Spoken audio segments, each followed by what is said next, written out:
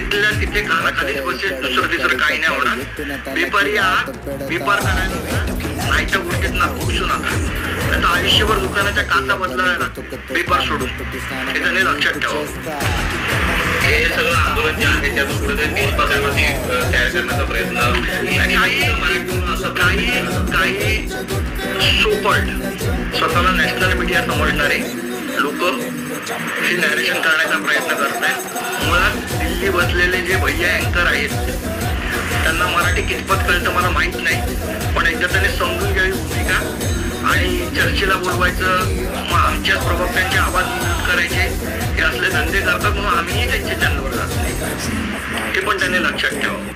मला काल परवा अनेक फोन आले, तेव्हाही त्यांना ते सांगितलं की तुम्ही जर ठरवलंय की काय आम्हाला बदनाम करायचं, आम्ही येऊन तुमच्या चॅनलवर बाजू कशाला मांडायची.